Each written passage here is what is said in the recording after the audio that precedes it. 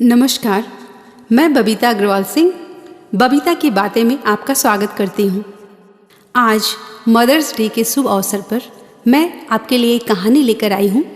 माँ जी smile please, लेखक सतीश अर्पित।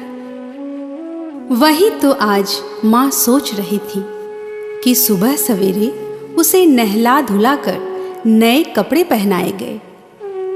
उसे तो याद ही नहीं कि कब बेटे और बहू ने उससे प्यार से दो बातें की थी।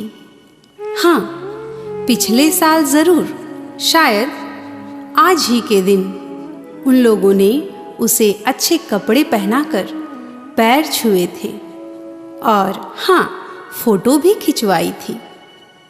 और फोटो खींचने के बाद उसे फिर से वही पुरानी धोती दे दी गई पहनने को।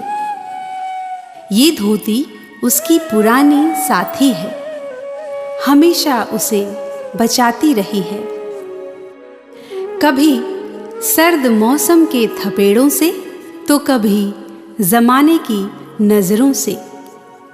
पति के जाने के बाद ना कोई पर्व था ना ही त्योहार। हाँ, साल में एक दिन जरूर ऐसा आता था जब उसे सजाया जाता था।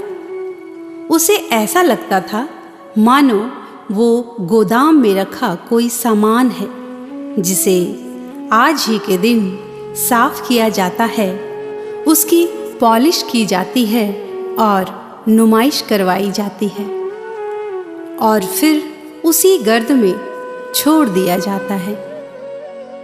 ये क्या माँ, अभी तक आप बाहर नहीं आई? हम कब से इंतजार कर रहे हैं।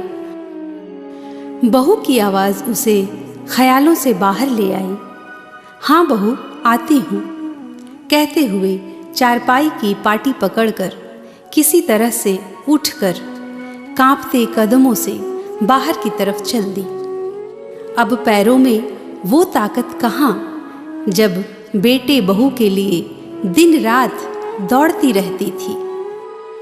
5-5 माले चढ़कर बेटे को खाना पहुंचाती थी। एक दिन किसी ने पूछा था, सर ये कौन है? उसके बेटे ने जवाब अंग्रेजी में दिया था, शी इज माई मेड। उसे इसका मतलब समझ में नहीं आया था, पर बेटे की नफास अंग्रेजी सुनकर उसके चेहरे पे अजीब सी आभा पसर गई थी।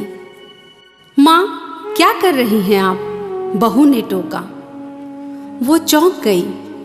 उसे तो पता ही नहीं चला कि कब वो आकर गेस्ट रूम के सोफे पे बैठ गई थी। उसे लगा कि उससे बहुत बड़ा गुनाह हो गया है। वो हड़बड़ा कर उठने लगी और अचानक भूख और कमजोरी की वजह से उसे चक्कर आ गया और वो फर्श पर गिर पड़ी। उसकी कमर में जोर की चोट लगी थी। उसे ऐसा महसूस हो रहा था मानो शरीर में एक साथ हजारों नश्तर चुभ रहे हों। तभी बेटा आया।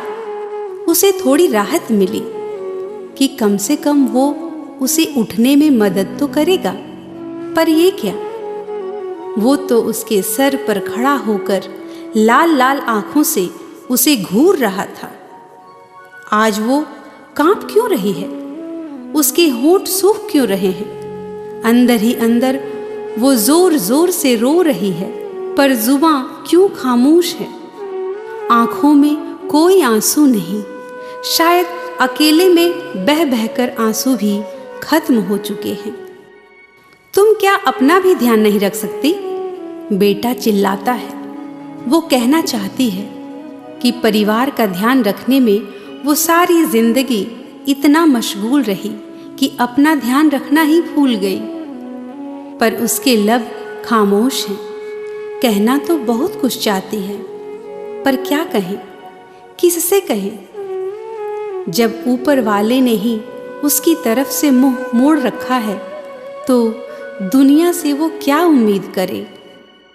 चलो उठो और यहाँ पे बैठ जाओ, बेटे ने इशारा किया। वो सर्कस के जानवर की तरह किसी तरह से उस कुर्सी की तरफ बढ़ गई। हाँ, यहाँ ठीक है, लाइट भी सही है और बैकड्रॉप में पापा की फोटो भी सही दिख रही है। अरे नेहा, पापा की फोटो पे एक माला तो डाल दो। ग्रुप फोटो अच्छी आनी चाहिए जिसमें माँ, पापा और हम सब रहेंगे। और उस फोटो को मैं फेसबुक पे डालूंगा। आज मदर्स डे है ना। कमर के दर्द से वो अंदर ही अंदर बेचैन हुई जा रही थी। शायद अब वो कभी ठीक से चल भी ना पाए। बेटा तो उसका इलाज कराने से रहा, अब उसके नित्य कर्म कैसे होंगे? स्नान, ध्यान और अपने कपड़े लत्ते कैसे कर पाएगी वो? कमर का दर्द आज बहुत ज्यादा हो रहा था, मानो देह के साथ साथ उसकी आत्मा पे भी चोट लगी हो। पर तभी फोटोग्राफर की आवाज गूंजी, माँ जी, happy mother's day, smile please.